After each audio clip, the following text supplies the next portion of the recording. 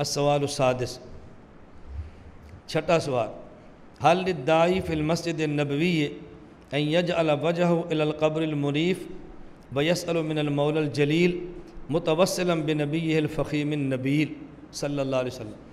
جو آدمی مسجد نبوی میں اللہ پاک سے دعا مانگے تو دعا کا طریقہ کیا ہے؟ ایک دعا کا طریقہ یہ ہے، مثال کے طور پہ دیکھیں، یہ مغرب ہے، قبلہ ہے، مغرب نہیں قبلہ ہے، اور یہ مسجد نبوی ہے، نبی پاک صلی اللہ علیہ وسلم کی قبر مبارک ہے۔ اب اس کا ایک طریقہ کیا ہے، آدمی مسجد نبوی اللہ کے نبی کی قبر کی طرف پشت کر دے اور کعبہ کی طرف منہ کر کے دعا مانگنا شروع کر دے۔ اور دوسرا طریقہ کیا ہے کہ نبی پاک صلی اللہ علیہ وسلم کی قبر مبارک کی طرف چہرہ کر لے اور پشت کعبہ کی طرف کرے اور دعا مانگنا شروع کر دے۔ تو تمہارے ہاں دعا کا طریقہ کون سا ٹھیک ہے؟ نبی پاک صلی اللہ علیہ وسلم کی قبر مبارک کی طرف چہرہ کرے اور پھر اللہ سے دعا مانگے، یا حضور کی قبر مبارک طرف اپنی پشت کرے اور کعبہ کی طرف منہ کرے پھر اللہ سے دعا مانگے؟ تمہارے یہاں بہترین طریقہ کون سا ہے؟ حضرت فرماتے ہیں اختلاف الفقہاء فی ذلک کما ذکر الملا علی قاری رحمہ اللہ تعالی۔ حضرت فرماتے ہیں اس پہ فقہاء کا اختلاف ہے۔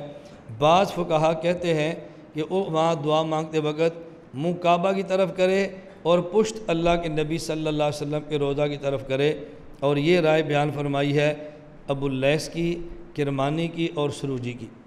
اور اس پہ دلیل کیا بیان فرمائی؟ امام حسن نے امام ابو حنیفہ سے روایت کی ہے کہ وہ فرماتے ہیں کہ دعا ایسے کرنی چاہیے۔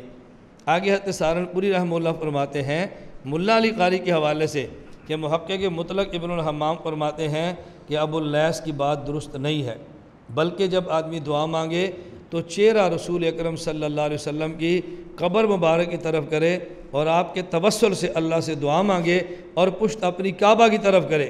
اس پہ دلیل حضرت امام ابو حنیفہ رحمۃ اللہ علیہ حضرت عبداللہ بن عمر رضی اللہ عنہما سے نقل کرتے ہیں، فرمایا من السنت ان تاتی قبر رسول اللہ صلی اللہ علیہ وسلم، سنت یہ ہے آپ اللہ کے نبی قبر پر جاؤ فتستقبل القبر بوجہک، تو چہرہ آپ کا حضور کی قبر کی طرف ہونا چاہیے، ثم تقول السلام علیکہ ایہا النبی ورحمۃ اللہ وبرکاتہ، حضور کو سلام کہو۔ فرمایا ثم ایدہ بروایت اخری، آگے پھر دوسری روایت نقل کر دی ہے۔ وہ روایت کس نے؟ مجد الدین لغوی نے نقل کی عبداللہ بن مبارک سے۔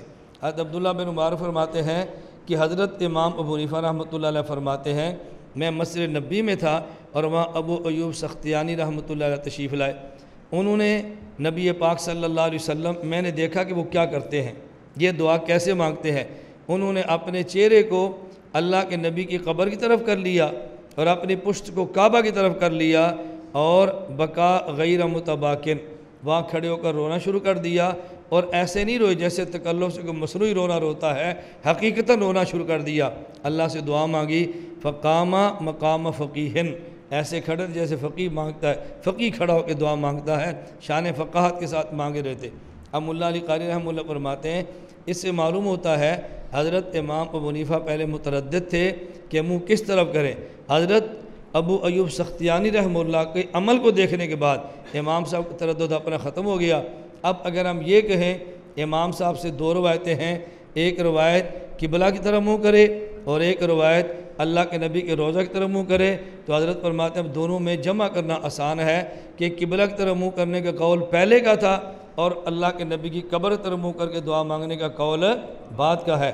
فرماتے ہیں اس پر حضرت ہمارے مولانا گنگوئی رحمۃ اللہ علیہ نے مستقل کلام فرمایا ہے زبدۃ المناسک میں، تو ہماری رائے یہ ہے کہ دعا ایسے ہی مانگنی چاہیے۔ اور آج بھی آپ وہاں جائیں تو آپ کو بیسیوں نہیں، سینکڑوں نہیں، ہزاروں لوگ ملیں گے، اور دو چار تمہیں ملیں گے کہ جو قبر کے پاس کھڑے ہو کے کعبہ کی طرف منہ کر کے نماز پڑھیں، دعا مانگیں، دو چار ملیں گے، باقی سارے کے سارے دعا مانگ لیں نبی کریم صلی اللہ علیہ وسلم کی قبر مبارک طرف منہ کریں گے اور وہاں کھڑے ہو کے دعا مانگیں گے۔ اللہ تعالی ہمیں بھی وہاں جا کر بار بار مانگنے کی توفیق عطا فرمائے۔ لا الہ الا اللہ، لا الہ الا اللہ، لا الہ الا اللہ، ما لنا رب سوا۔ لا الہ الا اللہ، لا الہ